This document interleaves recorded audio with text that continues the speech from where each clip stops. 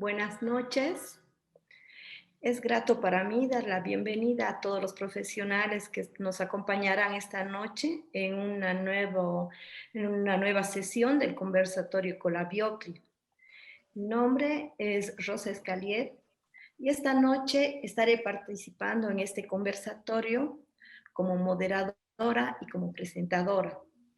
El programa de hoy consiste en un encuentro con profesionales expertos que nos brindarán cierta información sobre un tema determinado. Ellos nos abordarán un tema de mucho interés actual, que es el de vacunas. En su momento, los participantes que nos acompañan en las redes sociales podrán realizar sus preguntas a nuestros panelistas. Esperamos cubrir todas sus expectativas y la información que ustedes reciban esta noche sea provechosa para todos ustedes en el ámbito profesional. Sin más preámbulos, quisiera presentar a 3 profesionales destacados cada uno en su país. Nos acompaña esta noche desde Chile la doctora Rosa Esther Oyarce Suazo, ex Seremi de Salud de la región metropolitana. Es magíster en gerencia en políticas públicas, tiene un diplomado y una pasantía en gestión y salud familiar en el Departamento de Medicina Familiar y Comunitaria del Baylor College of Medicine de Houston, Estados Unidos. Además, actualmente es directora del Laboratorio Comunal de Atención Primaria de la Salud de San Bernardo. Muy buenas noches, doctora. Desde Argentina nos acompaña el doctor Guillermo Docena, que es bioquímico inmunólogo, es investigador del CONICET, es profesor titular de inmunología de la Universidad Nacional de La Plata y es secretario permanente de la Asociación Latinoamericana de Inmunología. También nos acompaña desde Argentina el doctor Víctor Romanowski, que es investigador también del CONICET y docente en la Universidad Nacional de La Plata. Bienvenidos a todos nuestros panelistas. Es un gusto tenerlos en este conversatorio de Colabiocli y un agradecimiento especial al Colegio Nacional de Bacteriólogos de Colombia, que nos permite la transmisión del conversatorio de Colabiocli. Cuando guste, doctor Víctor, usted puede iniciar el tema que nos va a compartir. Sí, muchas gracias, Rosa. Gracias por las presentaciones. Voy a empezar compartiendo pantalla y ustedes me avisan si se ve correctamente. Claro que sí.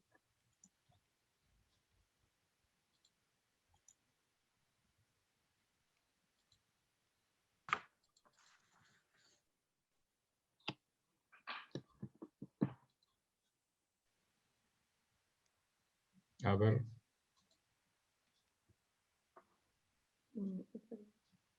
Sí, perfecto. Perfecto.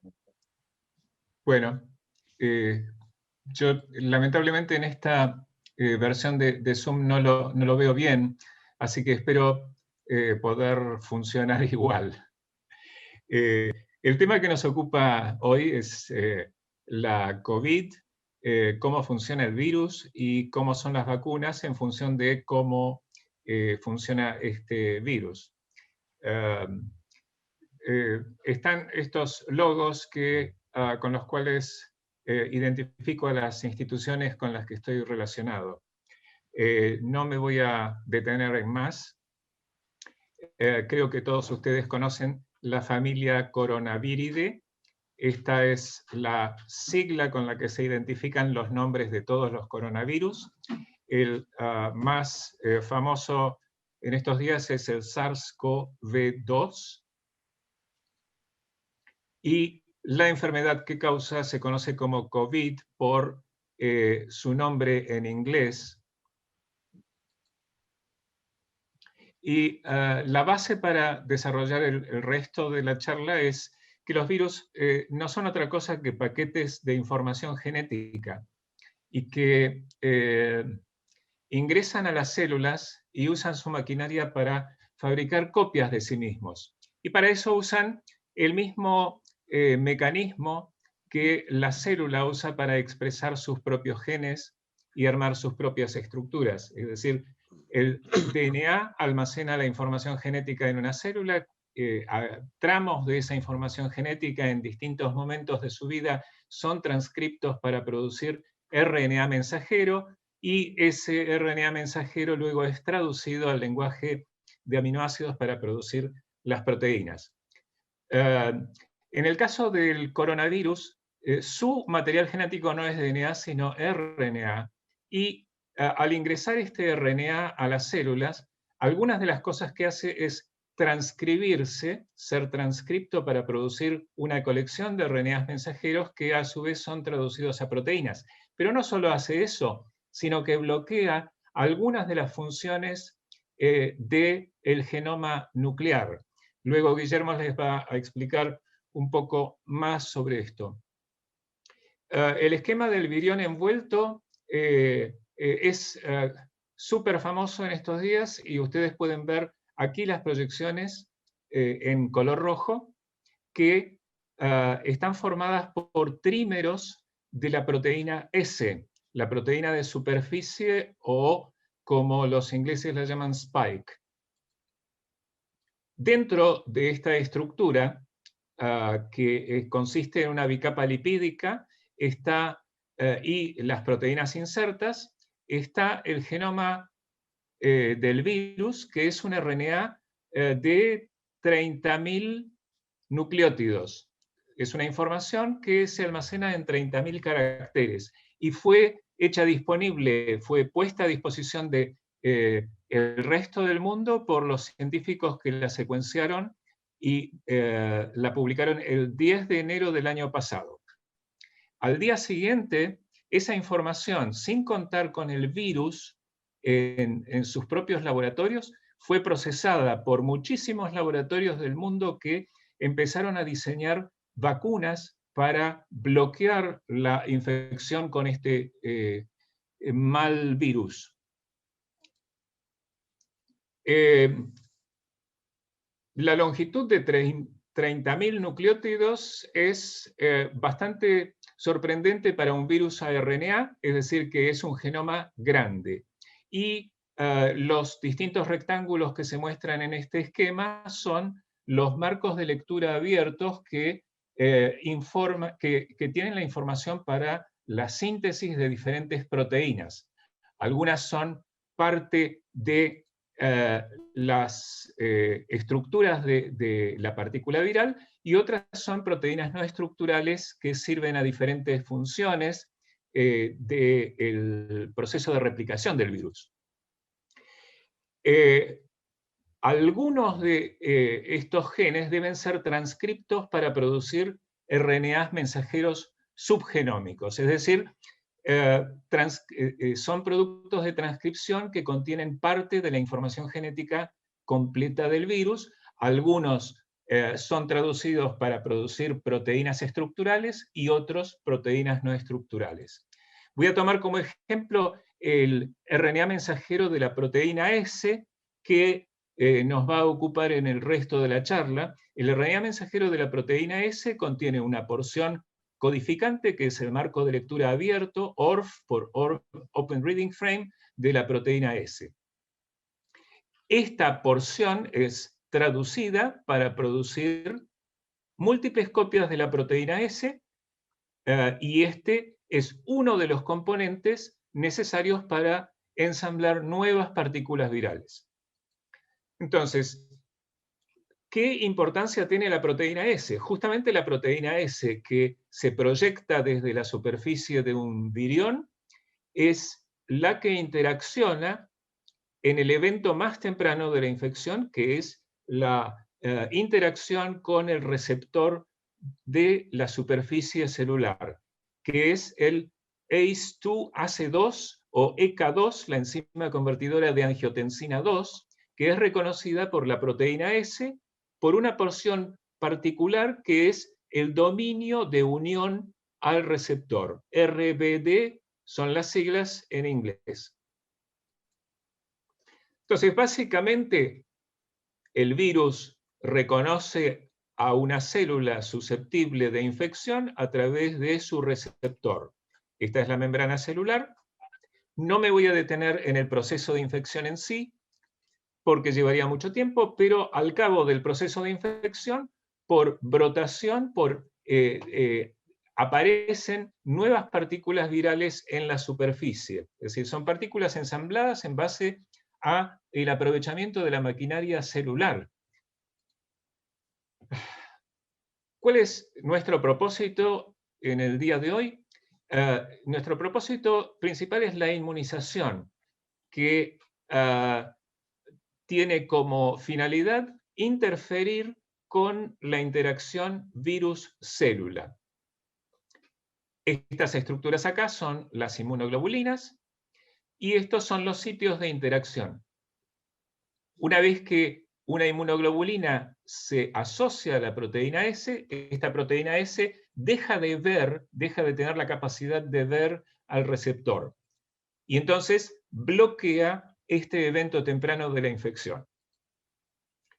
En otra parte del sistema inmune consiste en destruir células infectadas. No me voy a detener en esto. Quienes deseen tener una imagen al día del desarrollo de vacunas pueden consultar todos los días el New York Times, que es probablemente una fuente de información bastante precisa sobre el estado de desarrollo de la multitud de candidatos vacunales en diferentes fases de desarrollo. Tenemos 8 aprobadas y sumamos 5 autorizadas para uso en esta situación de emergencia. Algunos de los candidatos vacunales, como se muestra en este extremo, han sido abandonados por diferentes razones. Las vacunas tradicionales, como todos ustedes saben, se basan en 2 alternativas: virus inactivados o virus atenuados. Virus atenuados que producen cierto grado de infección, pero esta variante no la vamos a utilizar porque ninguno de los potenciales candidatos vacunales de COVID-19 está usando esta alternativa. Una alternativa muy usada y muy fácil de implementar es la de los virus inactivados, que consiste en cultivar el virus, infectar en un bioreactor un cultivo celular en suspensión y luego recoger, purificar las partículas virales que surgen de ese cultivo y se utiliza en estos desarrollos se está utilizando beta-propiolactona para inactivar. De manera que el virus muerto conserva en gran medida la estructura de un virión infectivo, pero no lo es. Entonces el sistema inmune lo que va a hacer es reconocerlo como algo extraño y va a reconocer en una eventual infección con un virus infeccioso a ese virus infeccioso y va a utilizar el armamento que montó este sistema de defensa.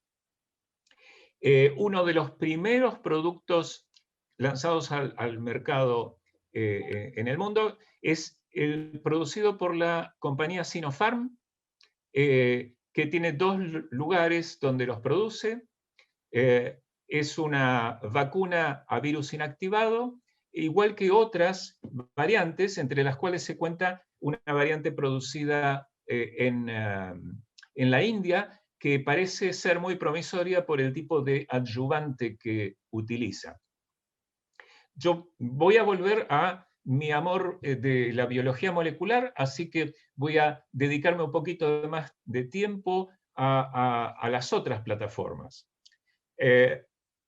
Vuelvo a este esquema que es el esquema de la infección por el virus con un genoma de RNA. Y vamos a aprovechar solamente una porción de este ciclo de infección para producir la inmunidad. En lugar de utilizar un virus capaz de infectar a la célula y que esa célula luego produzca los antígenos virales de manera que el sistema inmune los vea y reaccione en función de ello, podemos inyectar directamente un RNA mensajero sintético. Y este RNA mensajero sintético va a utilizar la maquinaria de traducción de la propia célula para producir las proteínas con las mismas formas de procesamiento que ocurren durante la infección. Solamente que es la única proteína viral que va a ingresar en el organismo vacunado. Es decir, el RNA mensajero es traducido y produce estructuras idénticas a las que produce el virus cuando infecta una célula. El RNA mensajero es una molécula bastante lábil y no es fácil mantener su integridad y además lograr que esa molécula lábil ingrese a la célula. Entonces, se han desarrollado nanopartículas lipídicas donde el RNA se encierra en un complejo que forma esta nanopartícula que tiene por propósito, por un lado, proteger al RNA de la degradación y por otro, facilitar su ingreso en la célula. Hay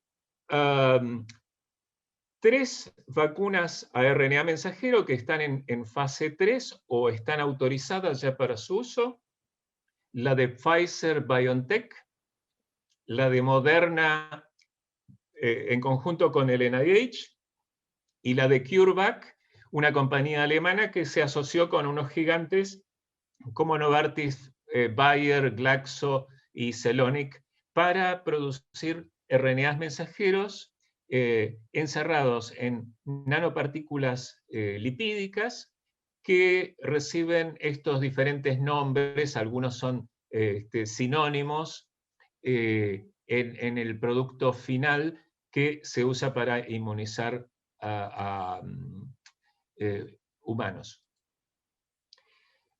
La otra forma de lograr que una célula produzca una proteína idéntica a la que se produce durante la infección viral es ingresar la información genética en el formato de DNA. En este caso, el DNA ingresa al núcleo, se transcribe para producir RNA-S y esta proteína, este RNA se traduce para sintetizar proteína S.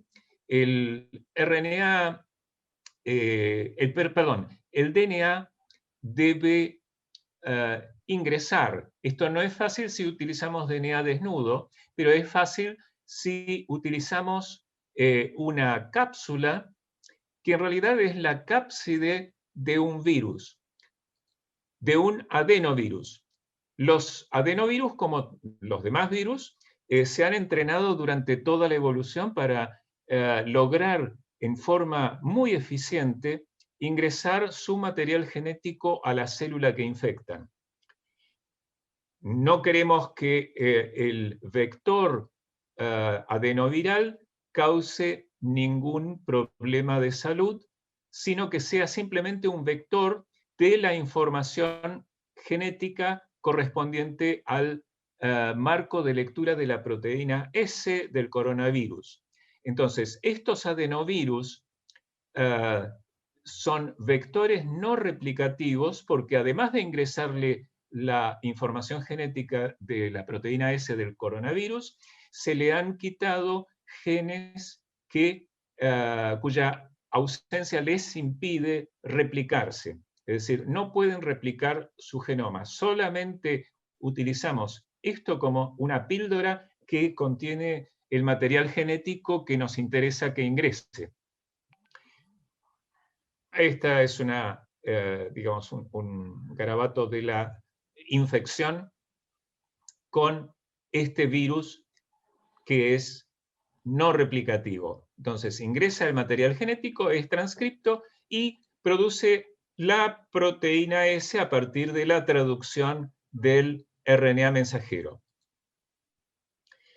Ejemplos de estas vacunas están, en primer lugar, la vacuna desarrollada en la Universidad de Oxford en combinación con AstraZeneca. Estos son los diferentes nombres que van a encontrar asociados a esta vacuna.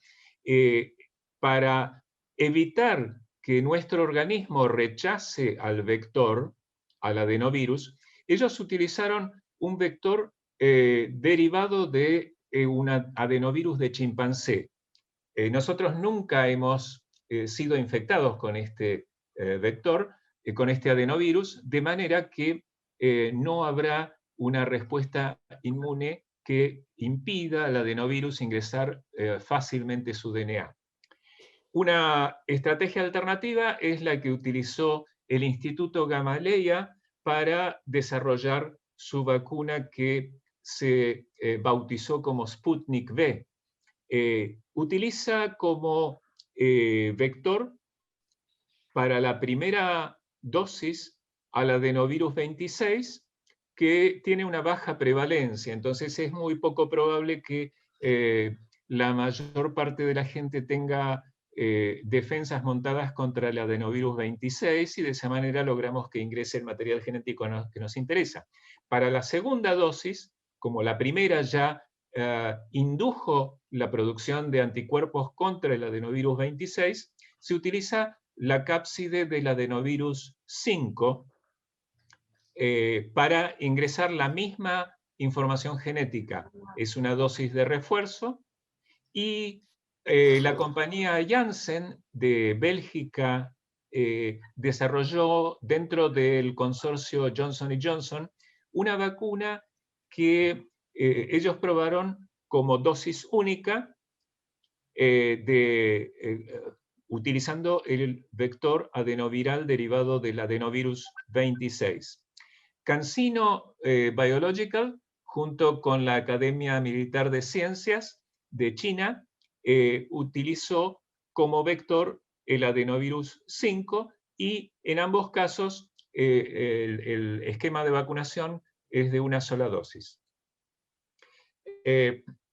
Ustedes habrán escuchado que AstraZeneca a fin de año firmó un convenio con el Instituto Gamaleya y sus financiadores para combinar la eficacia de ingreso de los dos adenovirus, el adenovirus 26 proveniente del esquema de Sputnik y el adenovirus de chimpancé proveniente del esquema de Oxford, para utilizar uno en la primera dosis y el segundo en la segunda dosis. Esto está en el sitio de Clinical Trials a partir de fines del año pasado. Finalmente, voy a mencionar las vacunas a proteínas recombinantes, es decir, las proteínas, en particular la proteína S, que nos interesa que nuestro sistema inmune monte una respuesta frente a la proteína S, y las voy a mencionar de acuerdo a cómo fueron apareciendo en el mercado. La compañía Vector de Novosibirsk diseñó una vacuna basada en péptidos de la proteína S insertados en una proteína portadora. La compañía china Anhui Jifei Longcom, junto con el Instituto de la Academia de Ciencias Médicas de China, desarrolló una vacuna basada esencialmente en la porción de la proteína S que corresponde al dominio de unión al receptor, RBD, por Receptor Binding Site, Binding Domain. Y Novavax, ustedes habrán escuchado que desarrolló otra proteína a base de, otra vacuna a base de proteínas, pero en este caso esa vacuna se ensambla en partículas, en estructuras, y de esa manera resulta más inmunogénica. Por otro lado, el Instituto Finlay de Vacunas de La Habana está muy adelantado en la fase 3, que hace más de un mes que está funcionando, que está lanzada en la isla de Cuba, para producir la vacuna llamada Soberana. En realidad es una fusión de la proteína S con la proteína de la vacuna contra el tétano. Ya que la vacuna antitetánica es muy eficaz, los científicos cubanos del Instituto Finlay decidieron insertar la información genética de la proteína S del coronavirus y así hacer una proteína que fuera inmunogénica gracias a la estructura de del toxoide tetánico. Medicago, junto con Glaxo, en realidad utiliza una tecnología totalmente diferente, produce partículas similares a virus, VLPs por Virus-like Particles, que se producen en hojas de plantas. Dentro de las células de la planta se ensamblan las proteínas que se traducen a partir de una construcción de ADN recombinante. Nuevamente, Cuba, en el Centro de Ingeniería Genética y Biotecnología de La Habana, desarrolló la vacuna que denominaron Abdala en función del poema de José Martí. La vacuna Abdala se basa en la expresión de la proteína recombinante, la porción de la proteína S que corresponde al dominio de unión al receptor. Y después, Clover Biopharmaceuticals de China, en conjunto con los adyuvantes provistos por Dynavax, después de las primeras pruebas con los adyuvantes de Glaxo, los desecharon y se quedaron con los de Dynavax, produce un trímero de la proteína S que se inyecta con los adyuvantes y produce la inmunización que reconoce a la proteína S del coronavirus. Rápidamente, bueno, esto lo podemos saltear y de todos modos creo que después en las preguntas podemos tocar algunos temas que yo dejé de lado. Muchas gracias.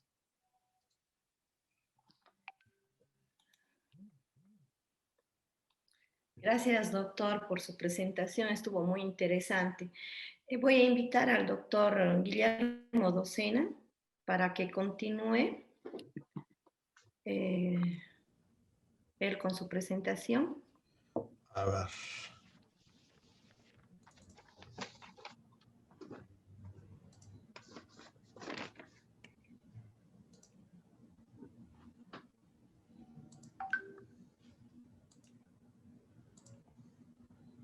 Bueno, ahí se ve, ¿no? Sí, está perfecto. Bárbaro, bueno. Quería agradecerles a Álvaro y a Rosa por la invitación.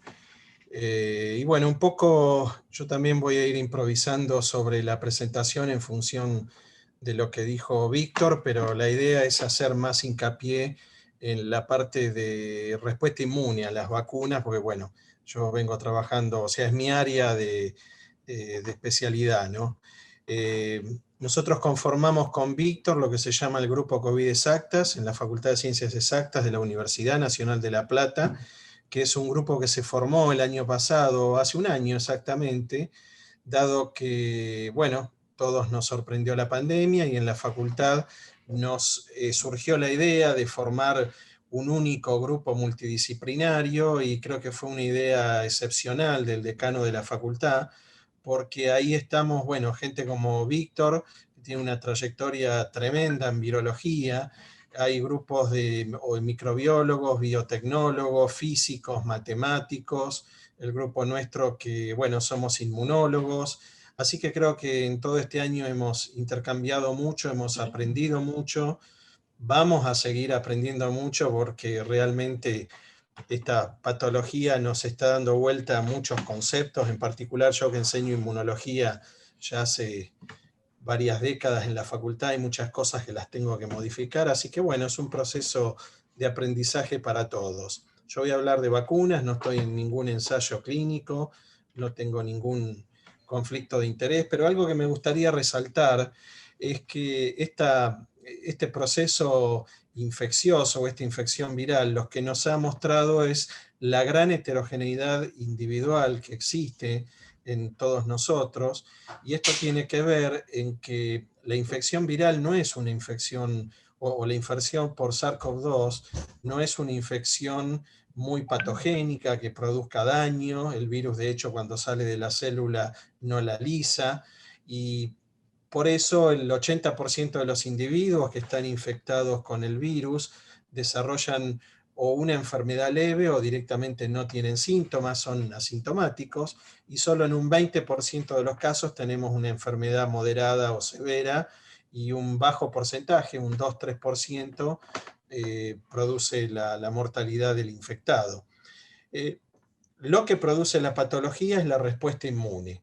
Cómo cada uno de nosotros respondemos a un virus que en todos los individuos genera un proceso infeccioso muy particular, muy similar, pero bueno, según cómo responda nuestro sistema inmune frente al reconocimiento del virus, va a ser que tengamos patologías leves, severas, moderadas o directamente seamos asintomáticos.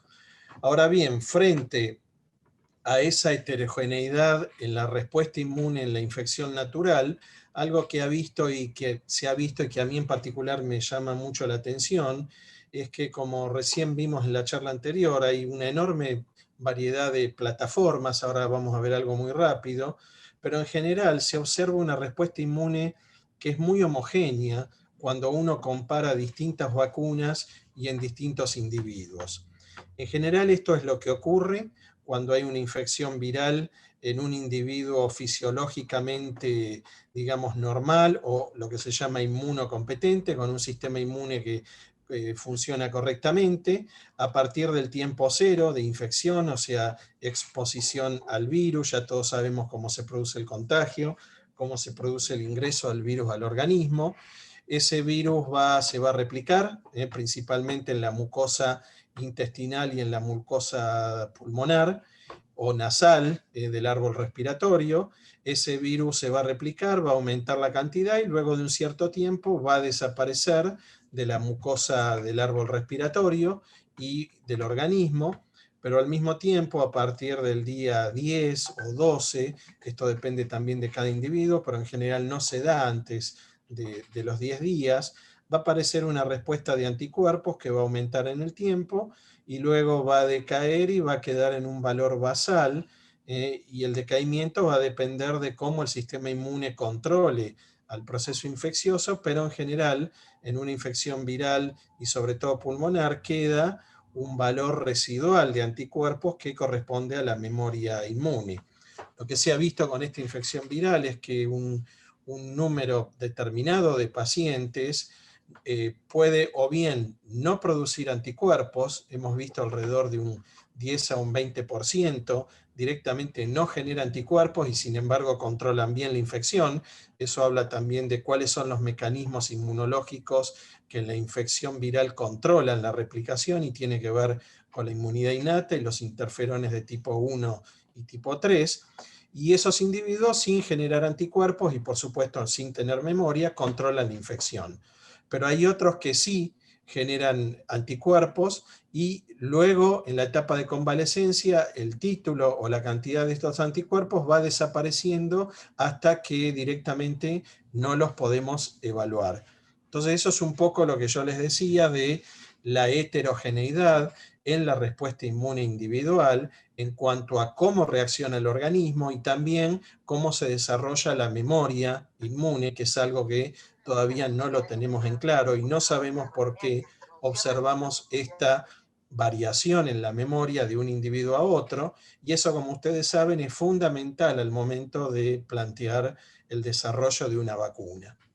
Entonces, básicamente dicho esto, y sabiendo que estos anticuerpos son importantes para controlar sobre todo la diseminación del virus, todas las vacunas que actualmente están en desarrollo, hay más de 200, y como recién mostró Víctor, más de 100 en ensayos clínicos, todas apuntan al mismo objetivo, que es generar estos anticuerpos, que ahora vamos a ver muy rápidamente porque ya lo vimos anteriormente, anticuerpos que se llaman neutralizantes, de manera que al momento de la vacunación se generan estos anticuerpos, luego de un tiempo esos anticuerpos disminuyen, no quiere decir que no queda inmunidad protectiva, sino que al disminuir el estímulo antigénico de la vacuna, solo va a quedar un título residual que tiene que ver con la memoria inmunológica, y cuando un individuo vacunado se expone o es infectado con el virus,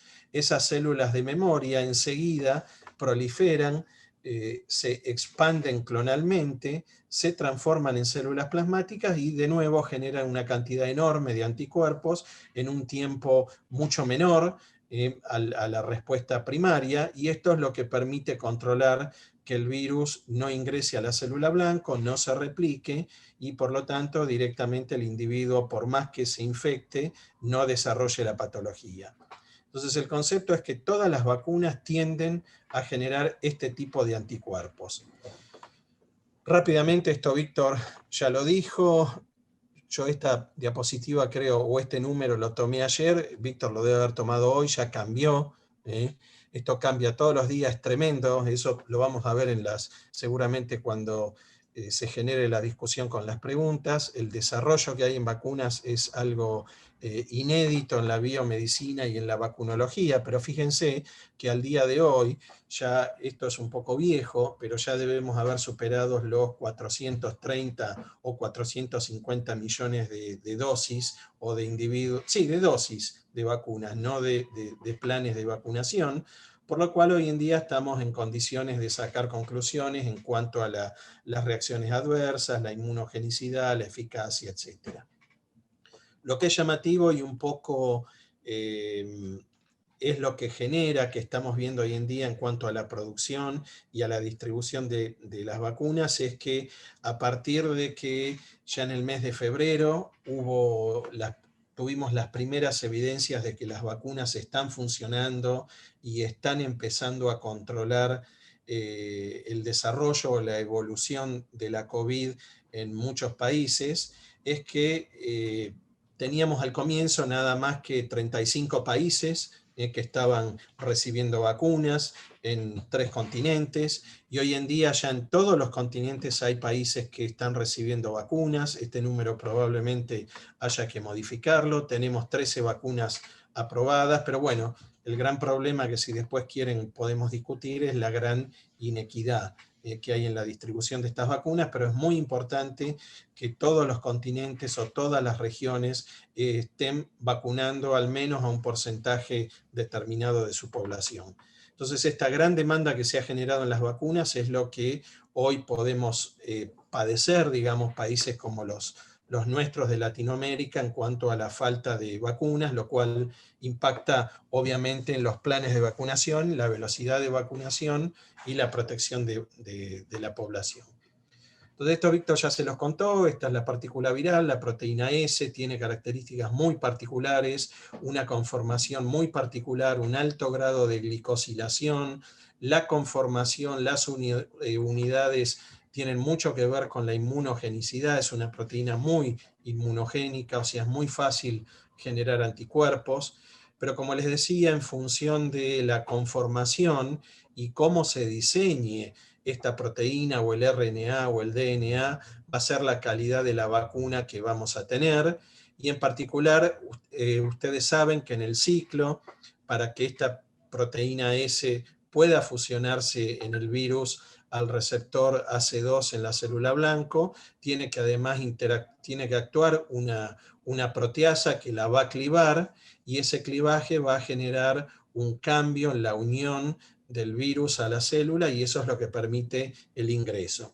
Entonces así, según se produzca o no el clivaje, vamos a hablar de proteína prefusión y posfusión, y en general esto expone de una manera diferencial los epitopes, y eso para el sistema inmune es muy importante, y todas las vacunas, al menos lo que sabemos, en lo que dicen, yo no sé si están así, pero bueno, todas las vacunas o utilizan la proteína S o la porción de la proteína S, que es el RBD, que corresponde a la proteína prefusión, antes que sea clivada. Y esto también podemos discutirlo después, tiene mucho que ver con el tema de las nuevas variantes, las mutaciones, que se pueden producir en cualquier proteína del virus, pero van a ser, digamos, de interés, o al menos que nos van a llamar la atención, aquellas mutaciones o cambios individuales de aminoácidos que se producen en esta zona de RBD, o en esta zona que se une al receptor, y que es la zona a la cual están dirigidos los anticuerpos. Por eso estas nuevas variantes tienen algunas tienen una capacidad de evadir la respuesta inmune generada por las vacunas. Esto lo podemos ver un poquito más en detalle más tarde, en la charla que voy a dar algo al final, o si no después en las preguntas. Vale decir que lo que buscan las vacunas es generar estos anticuerpos, que como les dije se llaman neutralizantes, porque lo que hacen es evitar que la proteína S del virus, de la superficie del virus, a través del RBD, se unan al receptor, ingresen a la célula, y eso genere la replicación del virus. Entonces, todas las vacunas apuntan a generar esto. Y bueno, si uno analiza los títulos o las cantidades de anticuerpos neutralizantes en los individuos infectados, lo que vamos a ver es que hay algunos que directamente no producen y otros que producen mucha cantidad. Entonces también tenemos una variabilidad o una heterogeneidad en la respuesta inmune de individuos infectados en cuanto a la generación de estos anticuerpos, que son los que los van a proteger de la diseminación del virus. Estos anticuerpos, hoy en día hay ensayos ya estandarizados, definidos para medirlos, que pueden utilizar o bien el virus nativo y células blanco, como la célula Vero, que tiene el receptor AC2, y por lo tanto lo que se hace es se enfrenta la célula al virus, y con distintas diluciones del suero, donde uno busca la presencia del anticuerpo neutralizante, y según la dilución o la máxima dilución que evita el ingreso de la partícula viral a la célula, se define el título, y así se calculan las distintas curvas para cada individuo. Este es uno de los ensayos, es muy fácil de evaluar, porque por una PCR después se busca si el virus entró a la célula o no, pero los otros ensayos más fáciles y digamos menos riesgosos, que se pueden hacer en laboratorios que no sean BCL3 o de seguridad tipo 3, son los que emplean partículas pseudovirales, por ejemplo lentivirus, donde uno le hace expresar la proteína S que a uno le interesa, buscar el anticuerpo neutralizante. En general estos son partículas que expresan GFP, por lo cual lo que se busca por un ensayo de fluorescencia, una microscopía o una fluorometría, uno busca la fluorescencia en las células blanco, y bueno, dependiendo que haya o no anticuerpos, voy a tener más o menos fluorescencia. Entonces, básicamente, estos son los mecanismos efectores que debe generar una buena vacuna. Como yo les dije, el principal es buscar la producción de estos anticuerpos neutralizantes a través de células plasmáticas. Estos anticuerpos neutralizantes lo que van a hacer, como vimos recién, es unirse al RBD o a la proteína S, y evitar que este virus ingrese a la célula blanco para su replicación. Y además esto posibilita la formación de este complejo inmune, posibilita la eliminación del virus, ya que este complejo va a ser captado, por ejemplo, por macrófagos, va a ser endocitado y va a ser eliminado en las vesículas fagocíticas. Este es el principal mecanismo, pero no es el único, sino que también necesitamos que la respuesta inmune generada por la vacuna contenga lo que es la inmunidad celular. Es decir, que la vacuna además debe generar linfocitos T helper o colaboradores o CD4, porque estos linfocitos van a colaborar para generar estas células plasmáticas productoras de inmunoglobulinas de alta afinidad. Esto va a colaborar, el T va a colaborar con un linfocito B, y ese linfocito B, en los órganos linfoides secundarios, se transforma en célula plasmática, que son la gran fábrica de producción de estos anticuerpos. Pero también vamos a necesitar linfocitos T citotóxicos, o CD8, son las células encargadas de detectar células infectadas, porque obviamente por más que la vacuna genere anticuerpos, algunas partículas virales pueden ingresar a una célula en el organismo, y luego el CD8 es el encargado de detectar la célula infectada, y uno de los mecanismos efectores de este linfocito T citotóxico es lisar o matar esta célula. Y además, para generar buenas células citotóxicas, también necesitamos linfocitos T CD4 colaboradores. Por lo tanto, cuando uno habla de que si una vacuna es buena o mala por la medida de anticuerpos, es cierto eso, pero también hay que evaluar la inmunidad celular. Y un aspecto fundamental es esto, es que la vacuna genere linfocitos B y linfocitos T de memoria, lo cual va a determinar que esa vacuna, además de ser una vacuna robusta, en función de los mecanismos que mencioné anteriormente, esa respuesta inmune perdura en el tiempo, y de manera que esa vacuna genere una inmunidad protectiva que en algunos casos dura muchos años, sobre todo en otras vacunas. Obviamente en esta no sabemos, y bueno, la expectativa es que por lo menos nos dé respiro por un año. Esto voy a pasar muy rápido, estas son las distintas plataformas que ya mencionó Víctor, pero simplemente con esto lo que quiero reforzar es que hay dos tipos de plataformas a bases de ácidos nucleicos, las de DNA o RNA, y las que son a bases de proteínas, que utilizan en la vacuna proteínas enteras como proteína S, o fragmentos como proteína o RBD, o las que son a virus inactivados. También las vacunas a vectores virales son a bases de ácidos nucleicos, es decir que, como vimos anteriormente, son todas vacunas muy distintas, con estrategias muy distintas para generar esta proteína S, que sea el inmunógeno para nuestro sistema inmune, para que nuestro sistema inmune se active y genere los anticuerpos. Lo que es llamativo es que estas distintas estrategias, todas van a generar, o en general, muy buenas vacunas, lo que se ha visto hasta ahora, en particular las plataformas más modernas, que son las de ARNA o vectores virales, son hasta ahora las que han mostrado datos de eficacia superiores, lo cual quiere decir que son vacunas muy robustas, pero las otras vacunas, como vimos anteriormente, que son a base de proteínas, son vacunas también muy buenas. Lo que pasa que en comparación con estas nuevas vacunas, estas vacunas dan la sensación que sean obsoletas, pero no lo son en absoluto, porque uno puede comparar, por ejemplo, las vacunas actuales, Sinovac o bueno, Sinopharm, que son vacunas con virus inactivados, que son las plataformas, digamos, tradicionales, y tienen valores de eficacia de protección de un 50, 60, un 70%, que es mucho menor al 90 o 80 y pico por ciento. Pero bueno, por ejemplo, una vacuna como la gripe, que se usa todos los años en todo el mundo, tiene una eficacia de un 60% y funciona. Entonces, lo que quiero decir que por más que haya plataformas nuevas que generen vacunas muy buenas, muy potentes, las vacunas tradicionales funcionan. Esto yo lo voy a pasar porque es lo que explicó Víctor perfectamente, cómo funcionan las distintas vacunas. Y les voy a mostrar algunos trabajos muy rápidamente de qué es lo que se evalúa en una vacuna en función de lo que vimos anteriormente, y decidí elegir dos vacunas distintas, como la de AstraZeneca, que es una vacuna, como vimos anteriormente, que utiliza un vector viral, dos inmunizaciones con el virus de chimpancé, que es inocuo al humano. Siempre en la fase 1 y 2 lo que se prueba es primero toxicidad o la aparición de reacciones adversas, y luego inmunogenicidad. Por eso siempre en fase 1 y fase 2 se evalúa el plan de inmunización, distintas dosis, frecuencias, tiempos entre una dosis y otra, etc. Y siempre obviamente se compara contra placebo. El caso de AstraZeneca utilizaron como placebo la vacuna meningococo.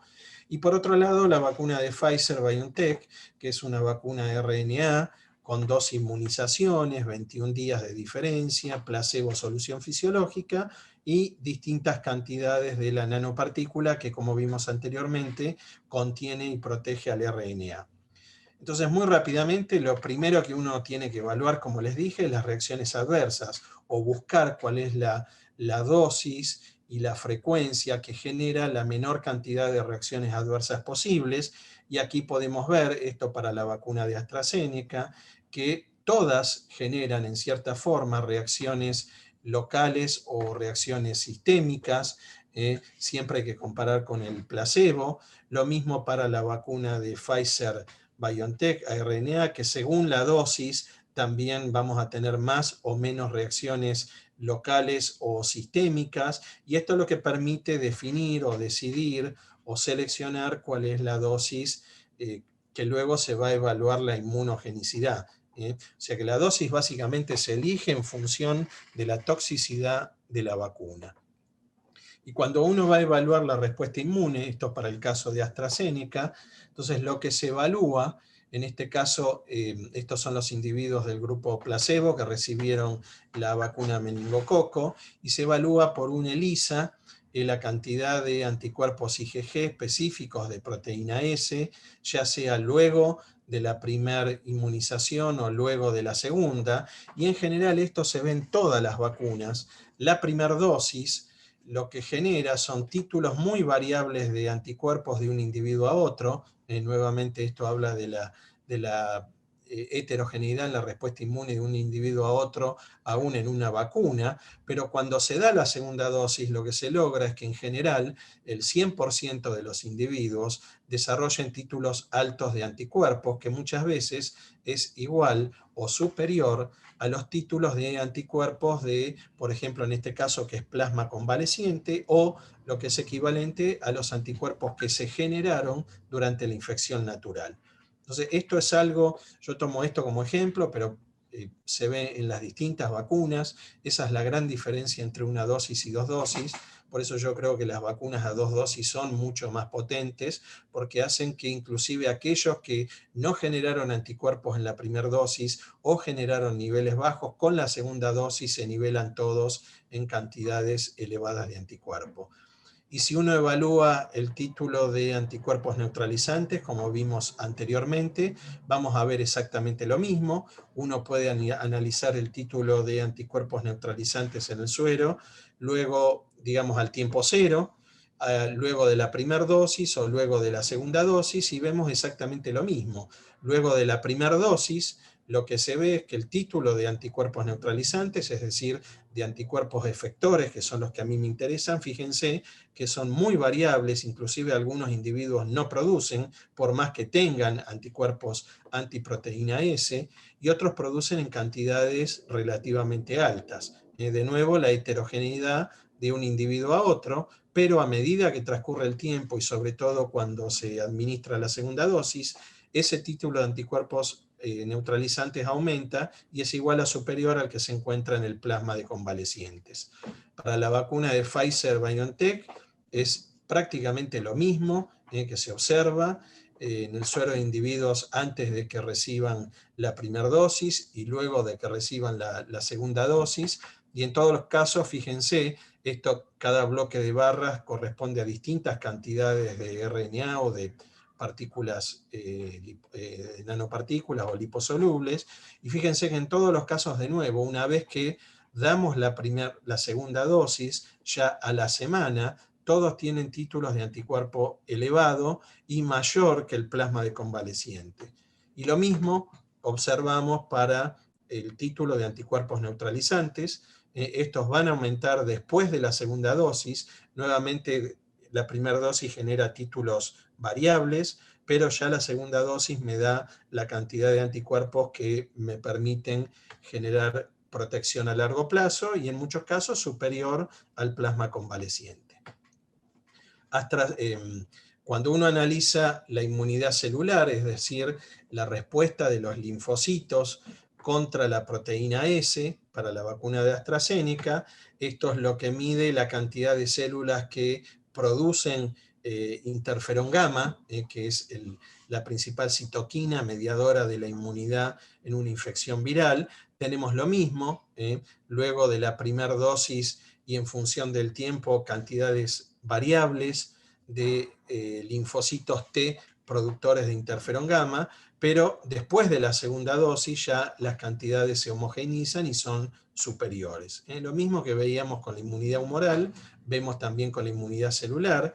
Esto es para Pfizer-BioNTech, exactamente lo mismo, analizado de otra manera por el ISPOT, donde cada puntito es un clon de linfocitos T, en este caso CD4, o linfocitos T CD8, que producen interferón. Entonces podemos ver que antes de la vacunación o luego de la vacunación aparecen, digamos, como producto de la activación de estas células por la vacuna, aparecen una enorme cantidad de clones de linfocitos TCD4 o CD8, secretores de interferón, y lo mismo, bueno, al comparar una dosis, dos dosis y distintas cantidades de vacuna, o también si uno mide en el cultivo, en el sobrenadante, la cantidad de citoquinas que se secretan, claramente vemos que hay un predominio de citoquinas proinflamatorias que van a generar citoquinas TH1 como el interferón que vemos aquí, y no se producen citoquinas TH2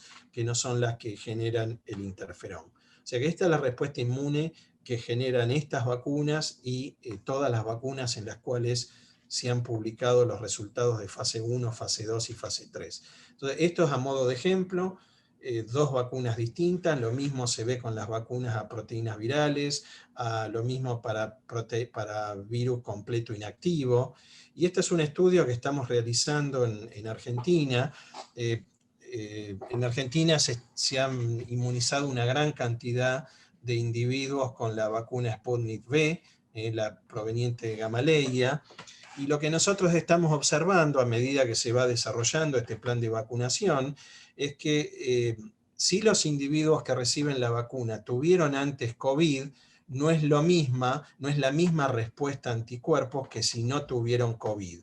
Entonces así los dividimos en dos grupos, grupo 1 y grupo 2, de manera que los del grupo 2 son los que tuvieron COVID. Son los niveles de anticuerpos, antiproteína S antes de la vacunación.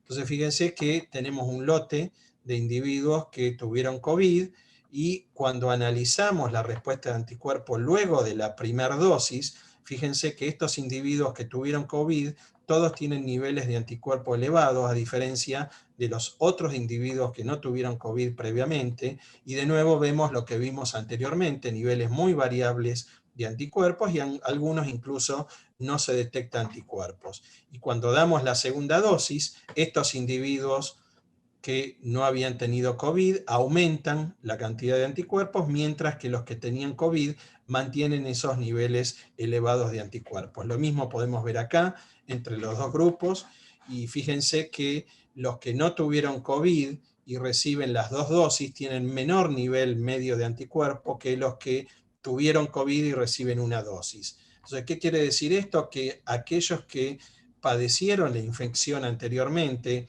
esa infección estaría funcionando como una primera dosis de la vacuna.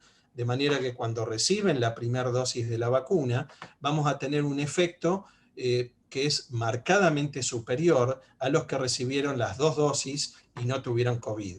Entonces, esto nos podría indicar que en aquellos que sufrieron la infección o la enfermedad, con una dosis podrían estar cubiertos y de esa manera podríamos diferir la segunda dosis o directamente evitarla.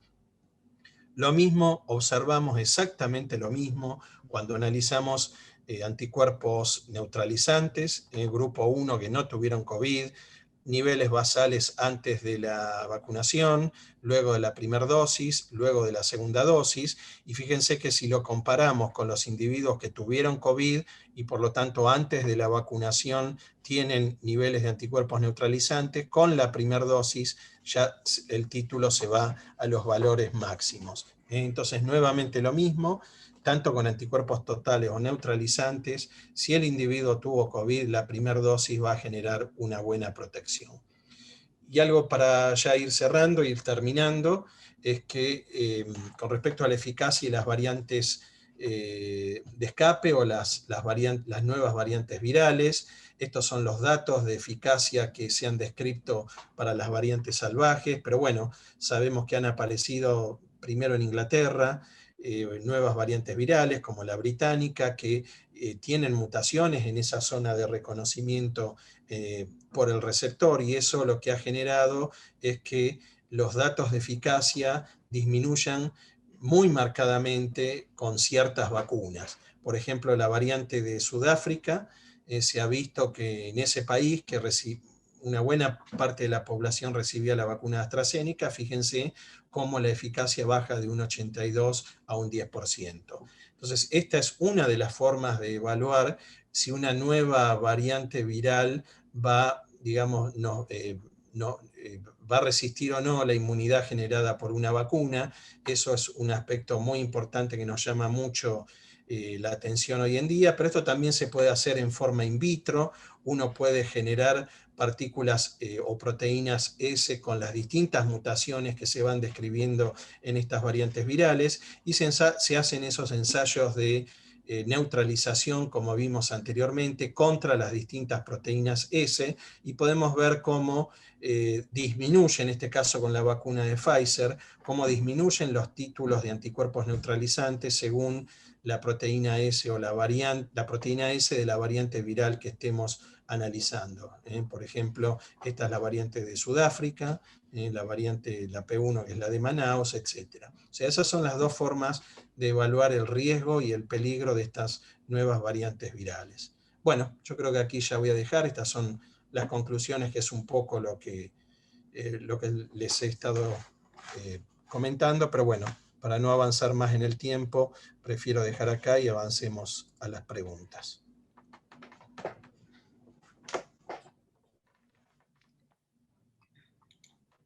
Muchas gracias, doctor.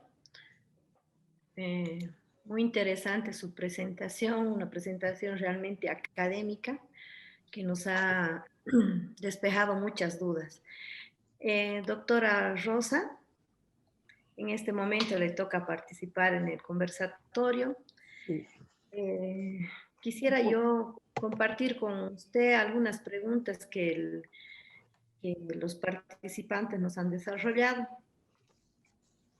Hay una inquietud, nos preguntan, ¿qué podría usted opinar o decirnos acerca del desafío científico que significó el desarrollo de las vacunas en el marco de la pandemia? Bueno, aquí hay varios puntos que uno puede, digamos, desarrollar. Es extenso todo lo que podríamos decir de lo que es el desafío científico. A mi parecer, opinión muy personal, creo que el desarrollo científico estaba extremadamente entregado a los laboratorios farmacéuticos exclusivamente. Creo que los países habían abandonado, en cierta medida, lo digo expresamente por mi país y tal vez algunos vecinos, la investigación, la parte científica que es tan importante dentro de un país. Y creo que enfrentar esta pandemia nos ha demostrado que la investigación es uno de los elementos fundamentales del desarrollo de un país, especialmente en este sentido. Yo quisiera abordar un punto antes de continuar con eso. Para darle continuidad a la presentación del doctor Lucena, quisiera mencionar que en el mundo hoy día tenemos alrededor de 132 millones de casos de COVID. 132 millones, esos son alrededor de un 2% de la población mundial. Fallecidos tenemos alrededor cercano a los 3 millones, 2.900.000 aproximadamente, de fallecidos. Y la cantidad de dosis que se han administrado hasta hoy día en la tarde son alrededor de 680 millones de vacunas. Esa es una información oficial esta tarde.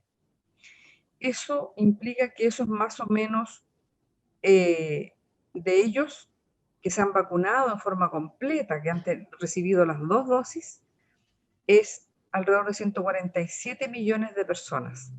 Es un 1,9% de la población. Entonces, Diciendo eso, y a la pregunta que usted me hizo del desarrollo científico, nosotros tenemos que decir que los países no están preparados para enfrentar una pandemia de los niveles que tenemos hoy día. Ha sido una carrera,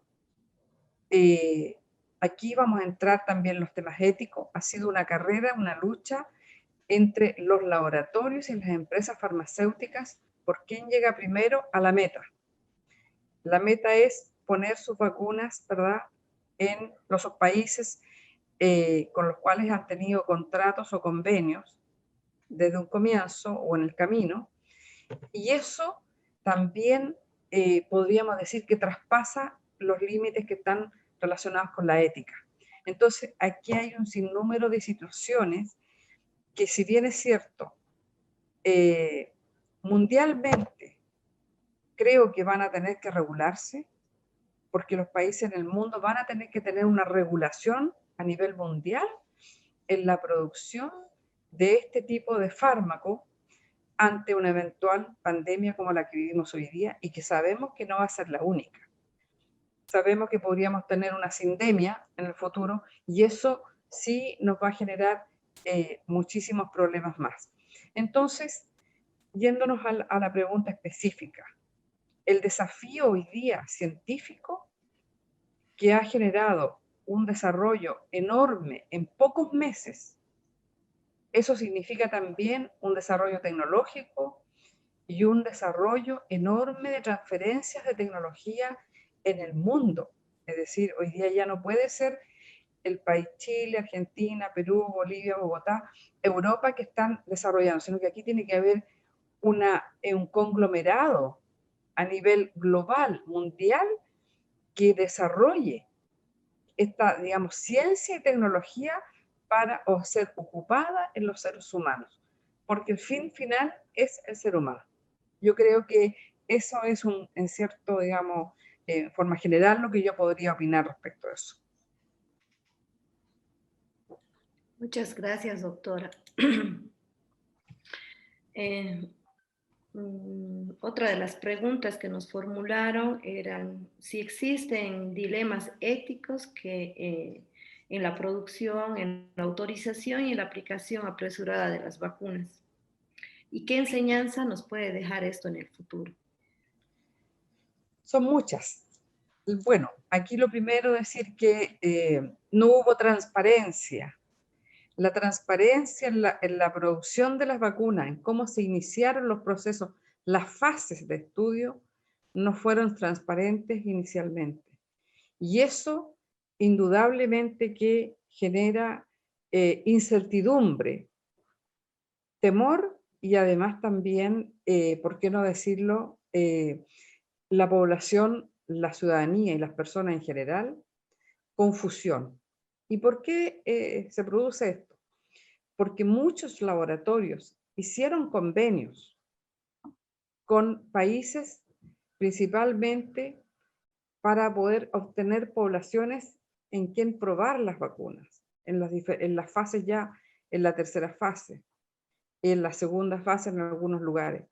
Entonces, eso ya se sale de los cánones éticos cuando no hay una transparencia, donde se han invitado los países con total transparencia en cómo se están ejecutando los procesos en la fabricación o en la elaboración de las vacunas. Eso indudablemente que es un problema que se tiene que abordar en el futuro, especialmente yo me imagino que van a ser entre los gobiernos de los diferentes países que tendrán que abordar este tema desde el punto de vista político y, por supuesto, también del mundo científico. Aquí inicialmente se dejó de lado la ciencia y los países en general hicieron trabajos en forma particular los gobiernos con los laboratorios. No hubo una participación inicial seria de la ciencia. Creo que uno de los problemas esenciales que ha tenido esta pandemia ha sido en que en el momento que se inicia no se da o no se hace una apertura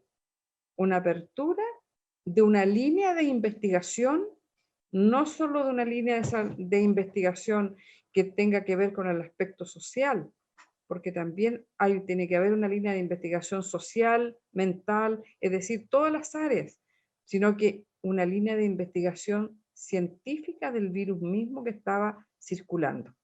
Y eso por todos los países donde estaba circulando.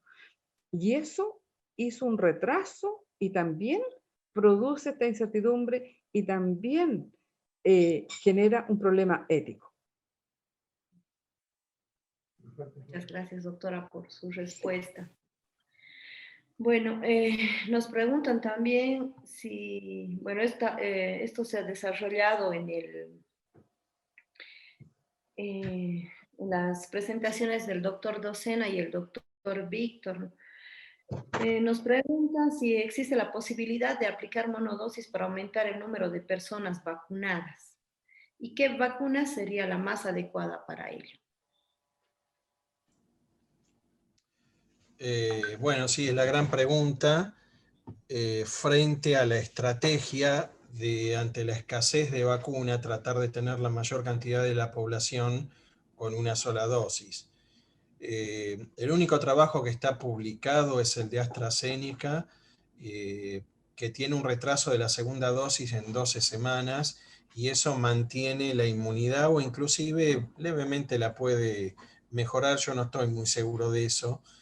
Por lo cual yo creo que si la estrategia es retrasar la segunda dosis, bueno, hay que tener cuidado, se puede hacer con algunas vacunas, pero yo creo que de ninguna manera hay que eliminar la segunda dosis. O sea, la segunda dosis hay que darla. Y en base al estudio que estamos haciendo nosotros aquí en Argentina, uno lo que puede proponer es que eso hacerlo en aquellos que han tenido COVID anteriormente y tienen un título de anticuerpos al menos detectable.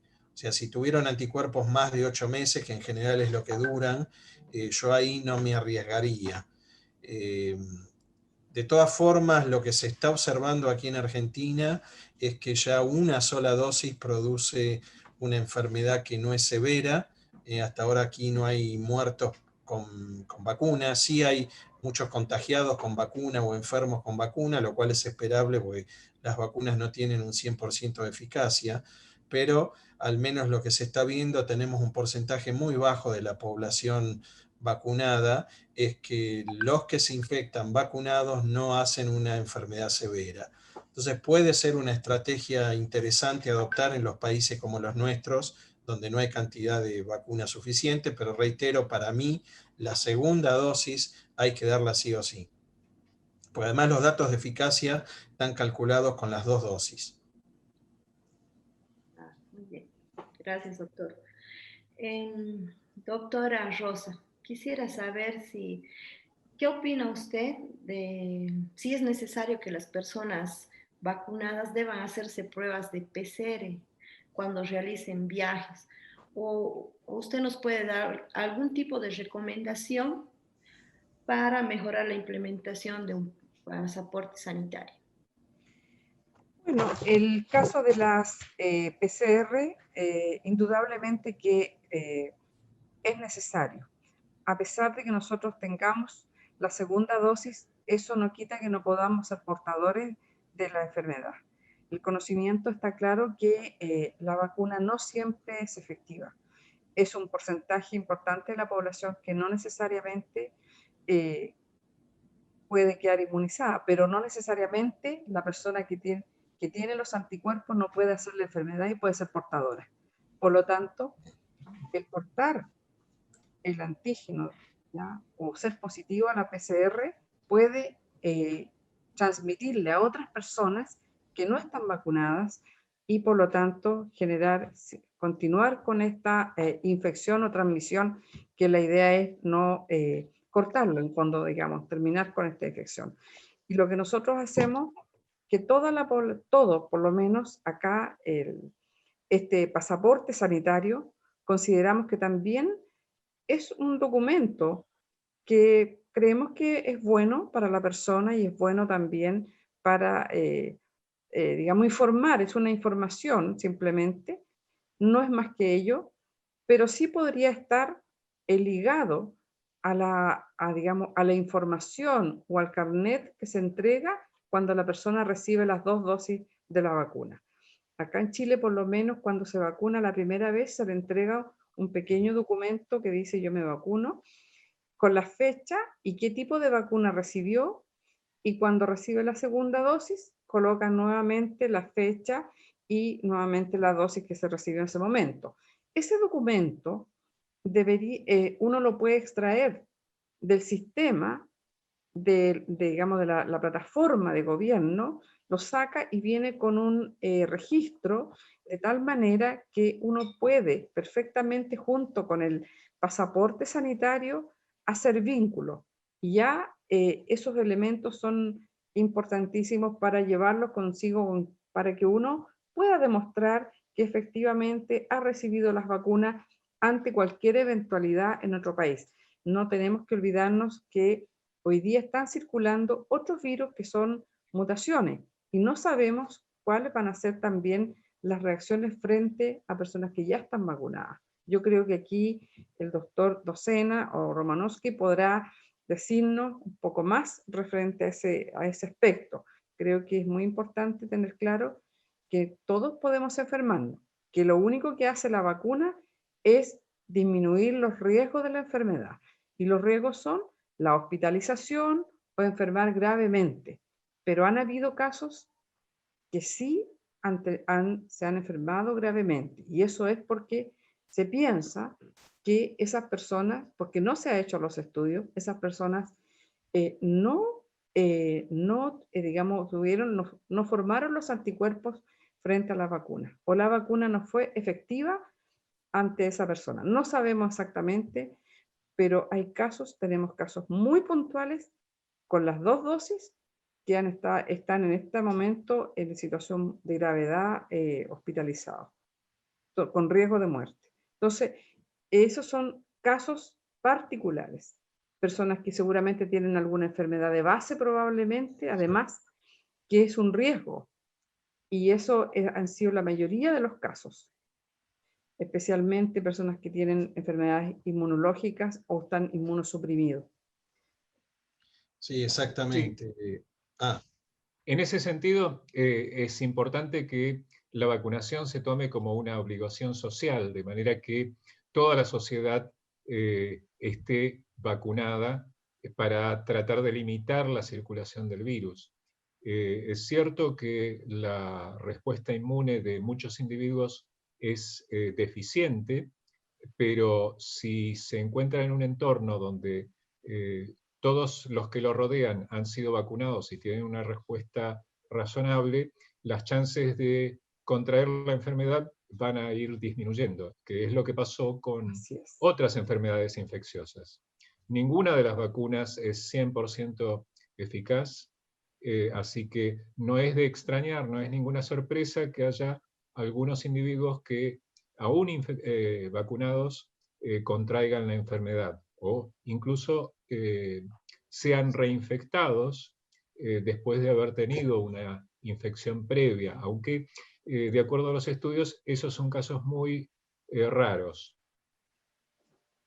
sí, acá en Argentina hay muy pocos casos de de vacunados y que se hayan infectado y hayan hecho una reacción severa, y en general son casos que tienen, como usted dijo, una enfermedad de base, porque como son vacunas autorizadas, no aprobadas, con su fase 3 completa, hay muchos grupos que no se han estudiado y aquí se están vacunando pacientes con enfermedades autoinmunes, tumorales, etcétera, por lo cual eso es algo que no lo sabemos.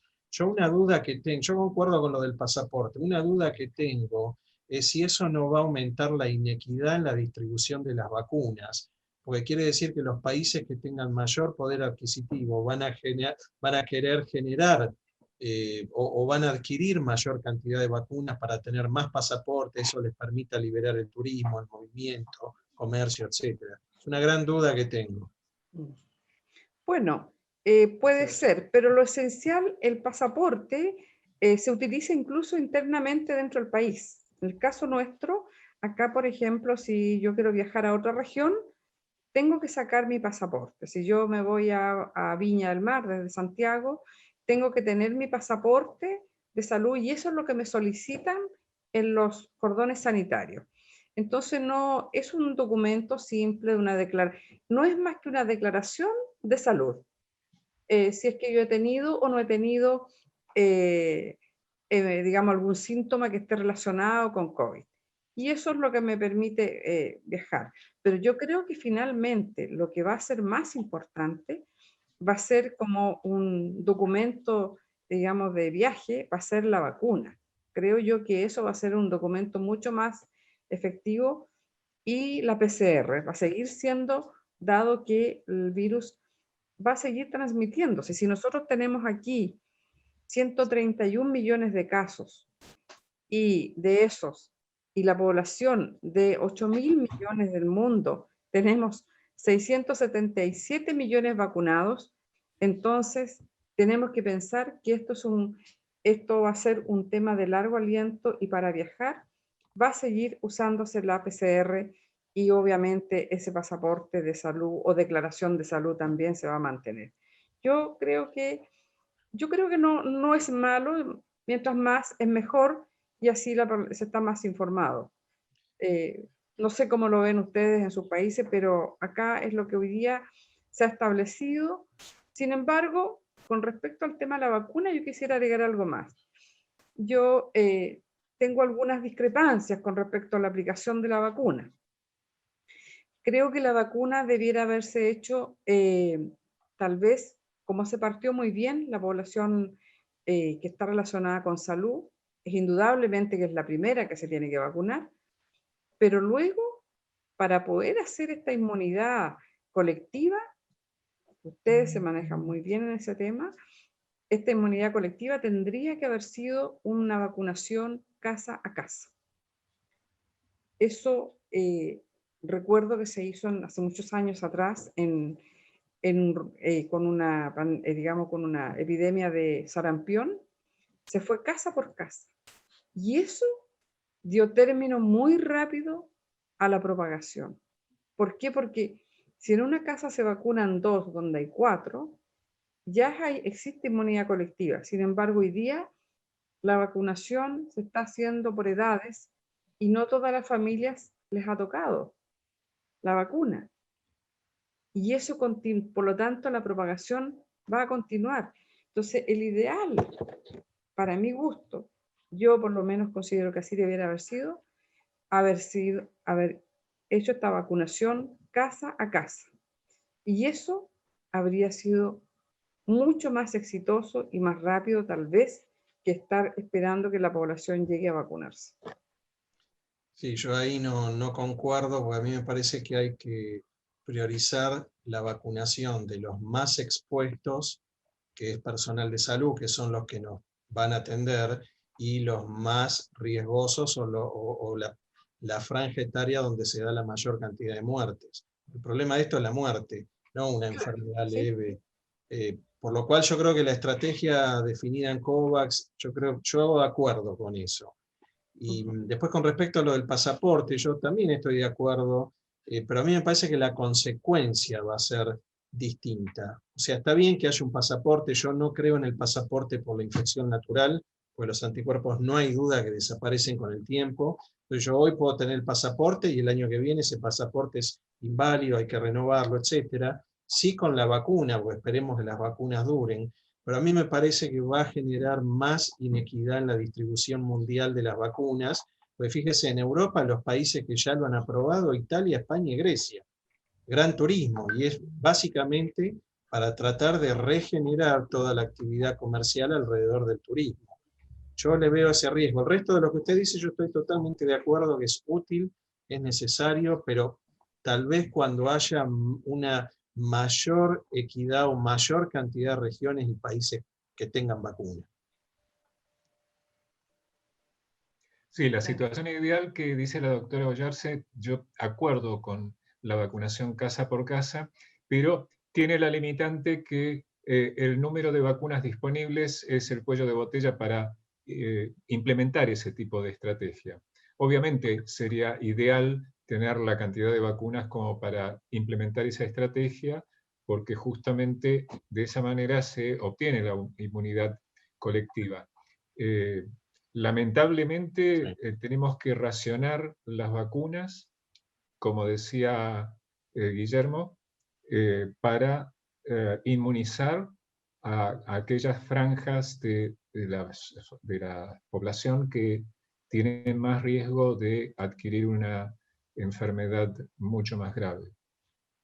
Así que nada es ideal en este momento en el manejo de la COVID.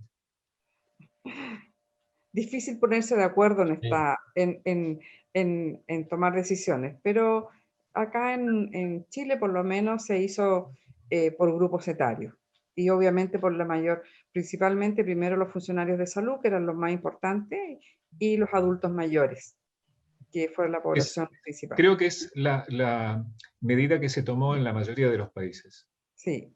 Sí. Salvo en algunos países donde hay una gran cantidad de personas que tienen desconfianza en las vacunas en general, que son justamente los países de mayor desarrollo económico, mayor Producto Bruto per cápita. Bueno, aquí uno de los temas que ahora nosotros nos está, digamos, complicando un poco, es más que complicando, que nos está generando serios problemas, es el aumento de casos en jóvenes. La mayor población entre 20 y 40 años es la que está siendo más afectada con el COVID, situación que no se dio en un comienzo, sino que al comienzo fue los adultos mayores, pero hoy nuestra población joven y niños entre 0 y 15, 17 años han sido afectados y fallecidos también. Mujeres embarazadas, también fallecidas. Eso nos tiene muy preocupados por la situación de este aumento exponencial de casos que ha habido, por lo menos en este último tiempo, en Chile. Sí, es eso lo que estamos viendo en Argentina también, y creo que lamentablemente es una falta de información o falta de conciencia social como para tratar de impedir o minimizar la transmisión del virus. Digamos, no es solo para protegerse uno que tiene que tomar medidas de distanciamiento, higiene, etcétera, uso de barbijos, sino que es para proteger al otro. Y si algunos lo hacen y otros no lo hacen, no funciona la estrategia. Y es lo que estamos viendo con los grupos etarios más de los 18 a los 45 años. Porque ahora los jóvenes, digamos, los adolescentes, creo que llegan a tener hasta 35 años. Sí. Bueno, creo que todavía nos quedan muchas preguntas de los panelistas, pero quisiera hacer un espacio en este momento para saludar al presidente de la Colabiocli, el doctor Álvaro Justiniano, que nos acompaña esta noche. Doctor Álvaro, bienvenido. ¿Algunas palabras? Bueno, muchas gracias. He sido un oyente más de esta excelente presentación. Debo felicitar y realmente agradecerle la oportunidad que tuve cuando hablaba con el doctor Girardi y conversaba sobre la necesidad que había de hablar de este tema, y me recomendaba dos excelentes profesionales, y ya tenía la oportunidad de conocerla, a la doctora Rosa Ollarse, y creo que pretendimos hacer un espacio donde podamos hablar de un tema que, como ustedes pueden ver, podríamos demorar mucho tiempo en seguirlo haciendo, porque además que es no solamente de actualidad, sino que es una necesidad hablar del tema. Y es una necesidad porque definitivamente hay poca información al respecto, y para Colabiocli, en este momento, que tiene un rol importante dentro de lo que es el espectro latinoamericano, y bajo el concepto que cada uno de los profesionales que trabajamos en los laboratorios clínicos y los que somos parte del equipo multidisciplinario de salud, somos quienes que tenemos que ser los agentes que informemos y llevemos en nuestros espacios la necesidad de que nuestra población debe recibir un trato equitativo, un trato adecuado y un trato fundamentalmente que vaya en correlación con el nivel de responsabilidad que tienen cada uno de los miembros de la comunidad. Y es por eso que también surge la necesidad de exigir a nuestros países y a nuestros gobernantes la necesidad de contar con las vacunas. Ustedes mismos han sido quienes han hecho hincapié en que hay a pesar de que existe un sistema COVAX, que es el que regula la situación de la distribución de las vacunas, también vemos que este solamente tiene un alcance del 20% de la parte del sector salud. O sea que no quiere decir que ese sistema va a garantizar que todos los países vayan a disponer de las vacunas. Por eso nosotros tenemos que informar, la gente tiene que estar consciente de la importancia de la vacunación y además entender de que no por estar vacunados no somos agentes transmisores. O sea, quienes de alguna manera estamos vacunados, no somos agentes que transmitimos igual la enfermedad, aunque nosotros no enfermemos. Entonces seguimos siendo vectores y no rompemos este círculo vicioso y por lo tanto no se corta. Con la Biocli, por ejemplo, el día de ayer estábamos lanzando la Semana de la Calidad en Salud. Y cuando hablamos de la Semana de la Calidad en Salud, hablamos de un espacio donde todas estas temáticas son demasiadamente importantes en el equipo multidisciplinario de salud. Y realmente cómo me agradó escuchar que el tema del derecho, el tema del acceso a las vacunas, el tema de generar espacios de discusión, la oportunidad de conformar grupos de trabajo que puedan hablar sobre estas temáticas, no solamente a nivel de los eventos científicos, sino también en los espacios de comunicación y de vínculo social, se vuelven demasiadamente importantes. Ese grupo que hablaba de la Universidad de La Plata, obviamente cuando yo escucho hablar de la Universidad de La Plata, a mí me mueve sentimientos, porque mi padre estudió en la Universidad Nacional de La Plata como ingeniero agrónomo hace muchos años, estoy hablando del año 40, o sea que hace muchos años ya. Pero obviamente me alegra muchísimo sentir de que hay grupos de profesionales que de verdad que sería tan importante que se puedan incorporar también a la Confederación Latinoamericana de Bioquímica Clínica en espacios a través de, obviamente, de sus entidades nacionales, se puedan incorporar para hacer estos grupos de trabajo donde se generen espacios de discusión y además para promover y proyectar un criterio, un concepto sobre estas miles y miles de preguntas que surgen sobre el tema de las vacunas. Yo de verdad en principio pensaba intervenir, tuve un contratiempo, he sido un oyente de esta excelente presentación. Quiero felicitarlos muy fraternalmente a todos los profesionales que han participado, al doctor Romanowski, al doctor Docena, a la doctora Ollarse. Para mí es un honor que ustedes hayan estado en esta actividad para Colabiocli. Pienso que esta oportunidad que ha tenido va a ser repetida y se está transmitiendo también a través de Facebook Live y seguramente esto va a exigir en el futuro su nueva convocatoria para que puedan participar en esto, porque también ya tendremos que empezar a ver algunos resultados de lo que hoy nos estamos imaginando con referencia al tema de las vacunas. Yo quiero agradecerles en nombre de la Confederación, aprovechar el espacio que de manera coordinada lo hacemos con el Colegio Nacional de Bacteriólogos de Colombia, en esta actividad que hemos llamado los conversatorios, que es un espacio abierto donde la gente no solamente tiene una presentación de tipo académico y tan profesional como lo han hecho, sino también un espacio donde uno puede intercambiar criterios y puede relacionarse mejor con los profesionales que participan. Muchas gracias, un placer y espero estar pronto con ustedes en este tipo de actividades. Para Colabiocli ha sido realmente muy agradable y un gran espacio. Bueno, muchas gracias. Muchas gracias por la invitación. Muchas gracias. Bueno, hacemos el cierre con esas palabras tan lindas que nos ha brindado el presidente de Colabiocli. Agradecer a los profesionales que han asistido esta noche en el tema de vacunas, agradecerles por haber compartido con nosotros todos sus conocimientos y la experiencia en las investigaciones que han realizado. Esperamos, como dijo el doctor, tenerlos próximamente. Para nuestros participantes en las redes sociales, agradecerles la atención que nos han brindado esta noche y invitarles nuevamente a que visiten la página de Colabiocli, colabiocli.com.